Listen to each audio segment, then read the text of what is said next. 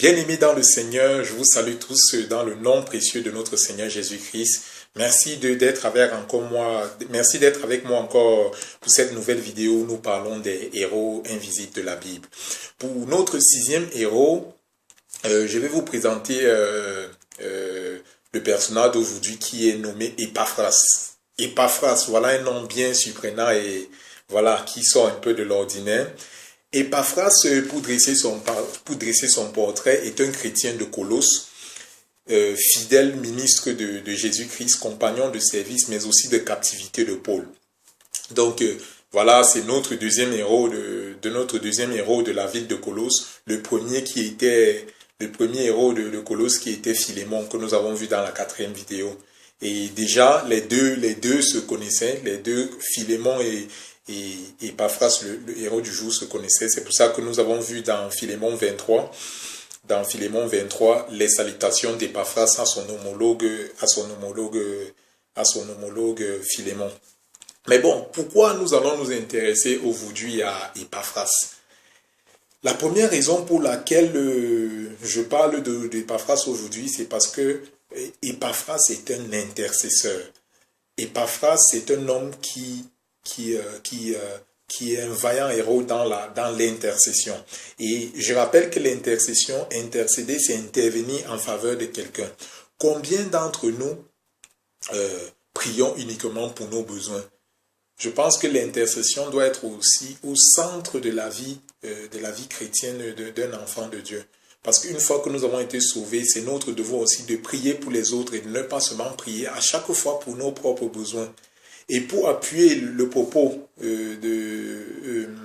ce caractère d'intercession d'Épaphras, je vais vous lire Colossiens 4 au verset 12 qui dit « Épaphras, qui est l'un des vôtres, vous salue, serviteur de Jésus-Christ, il ne cesse de combattre pour vous dans ses prières, afin que, parfait et pleinement persuadé, vous persistiez dans une entière soumission à la volonté de Dieu. » Voilà.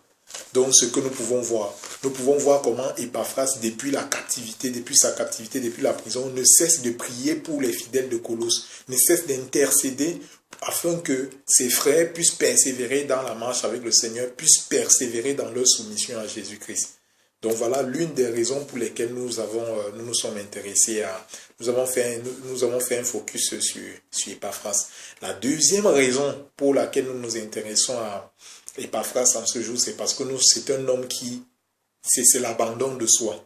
C'est un homme qui a tout abandonné pour suivre le Seigneur Jésus-Christ. C'est un véritable disciple de Christ. Pourquoi je le dis? Accepter d'aller en prison à cause de l'évangile, moi je me dis, c'est faire preuve d'abandon de soi.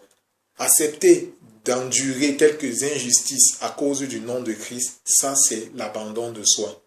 Et je pense que le fruit de cet abandon de soi conduit logiquement à cette vie d'intercession que nous voyons Épaphras pratiquer. Parce que quelqu'un qui a justement abandonné son être entier au service de Christ a cette facilité justement d'intercéder pour les autres. Donc voilà deux raisons pour lesquelles nous nous sommes intéressés à Épaphras aujourd'hui. Premièrement, pour sa vie d'intercession. Deuxièmement, pour l'abandon de soi au service du Seigneur Jésus-Christ et son service au Seigneur Jésus-Christ.